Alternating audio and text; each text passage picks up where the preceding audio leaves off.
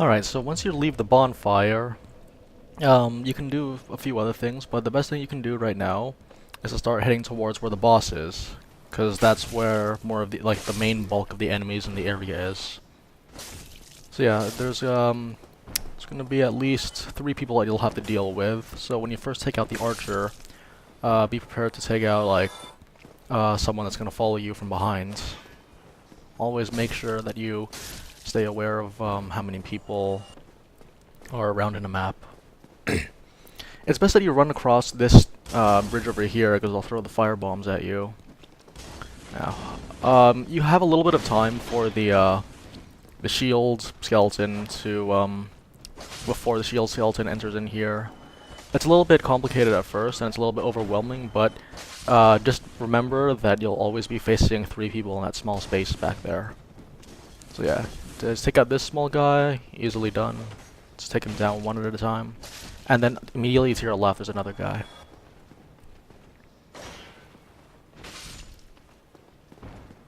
With some practice, eventually you'll become more familiar with the area, but that's just how it works in Dark Souls. So yeah, get some black firebombs. This entire pathway that I'm going, feel free to always head back to the bonfire to level up a little bit, or go to that undead shopkeeper from earlier and then buy firebombs with it. Usually what I like to do in this part, when there's the next 3 guys, is always go for the firebomb and see if you can score the backstab. If you're not comfortable doing the backstab, that's fine. Just just do what we always do. Just lure them out and then head back down the stairs and take them out one at a time using a divide and conquer tactic. Now it's a little bit tricky over here. It's best to, once again, just focus on doing them one at a time as quickly as possible, because firebombs are really annoying, especially at the lower levels.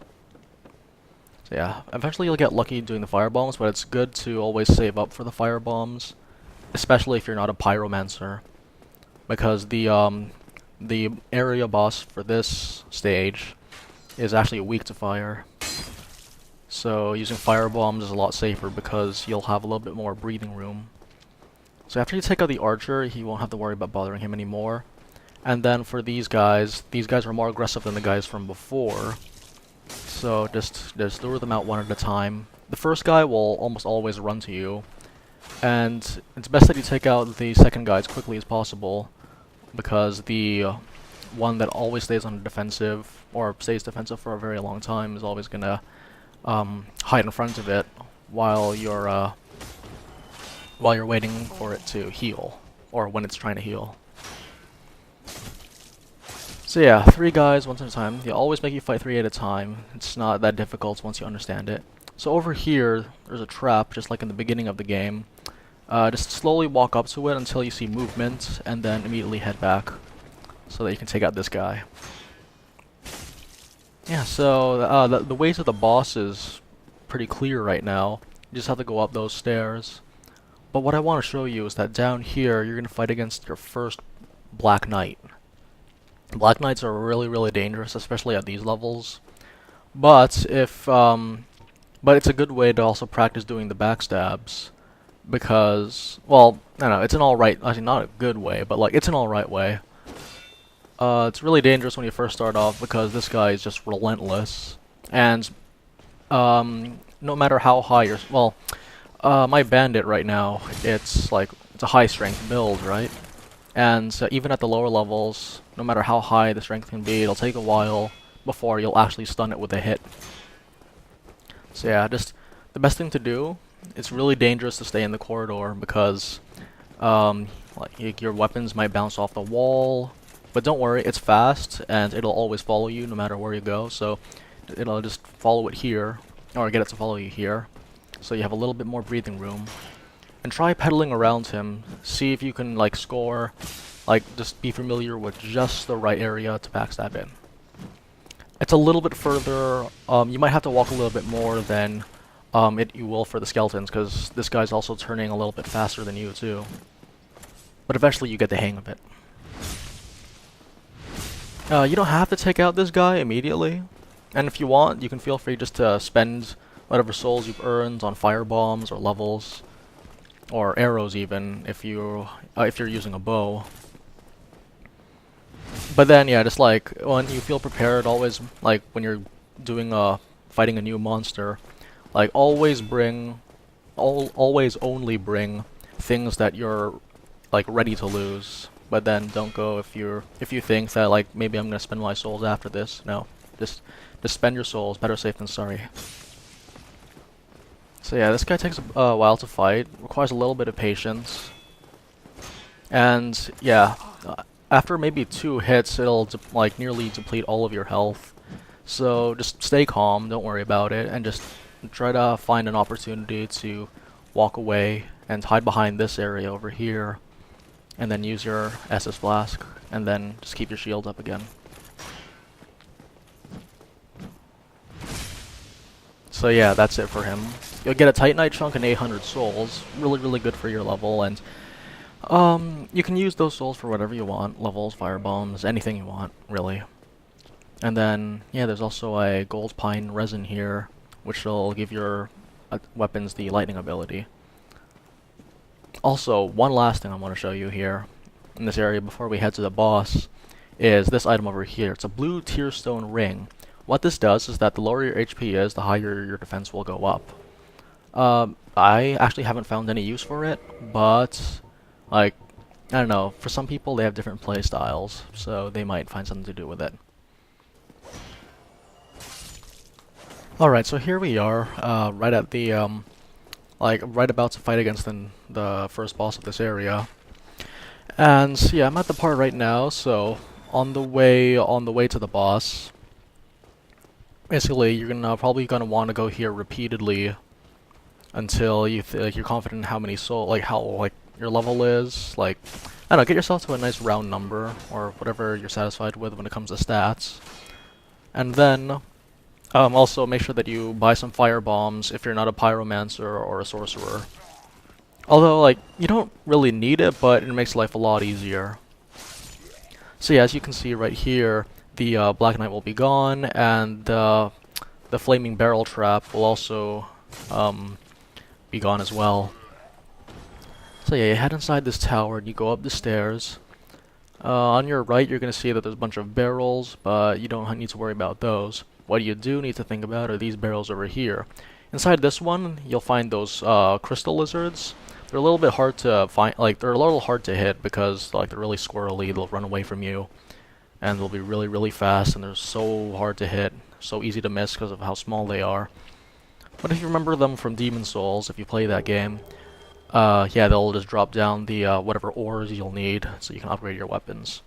So here I am right before the door. I'm keeping my Estus flasks with me, and I'm also gonna equip the black firebomb that we found in that house, as well as the regular firebombs that we bought. So yeah, just go through the white light, but then before heading any further, go up this ladder over here. Up this ladder, there are going to be 2 snipers that also carry swords.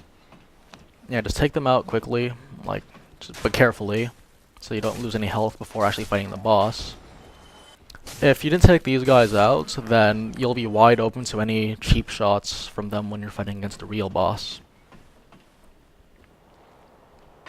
So yeah, you run across the bridge, and then make sure you have your firebombs ready instead of Estus flasks, and then take on the boss. It's a little bit difficult to aim when you're throwing items in this one, especially when you're under so much pressure, but just find like the best range that you can.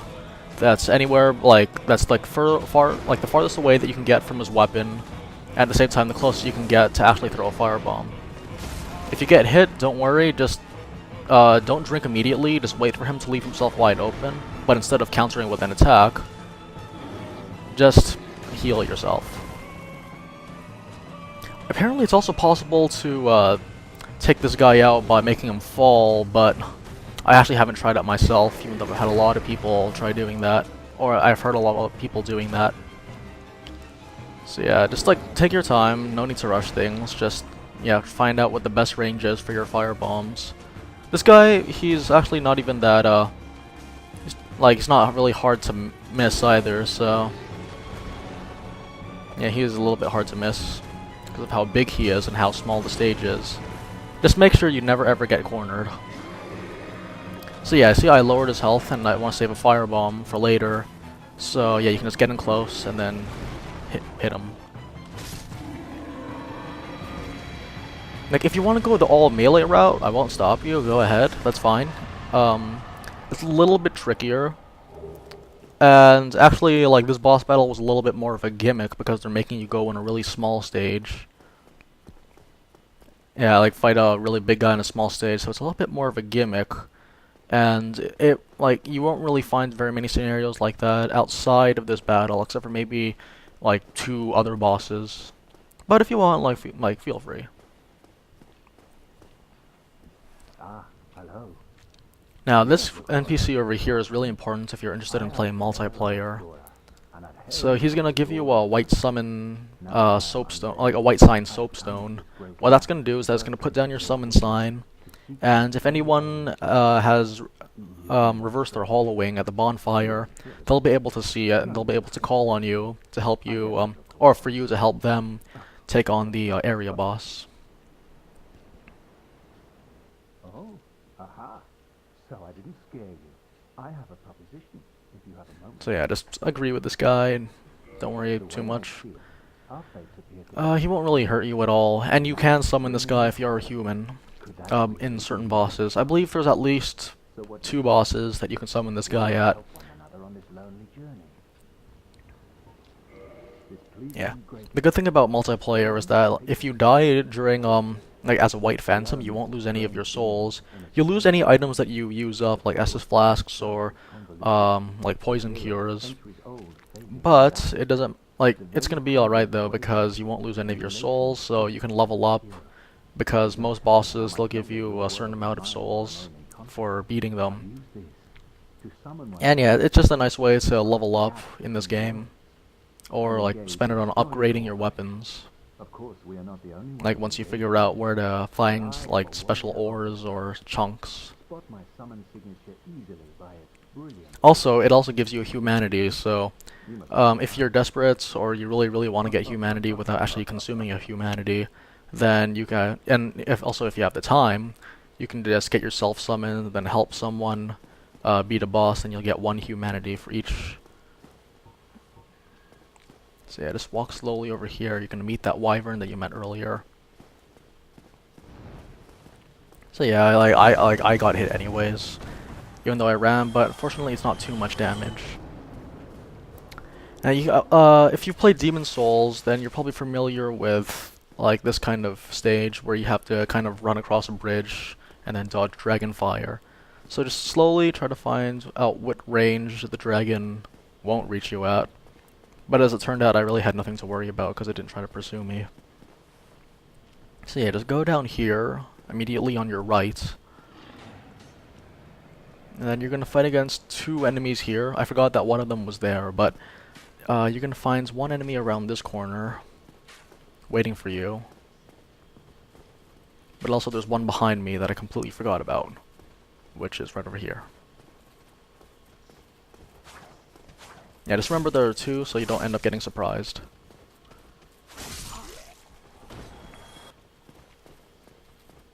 You actually technically don't have to go here, but there's just something that I wanted to show you, which is this guy's tail, which I'll get to you right after this guy goes down. Or doesn't go down. I don't know, this guy's taking forever.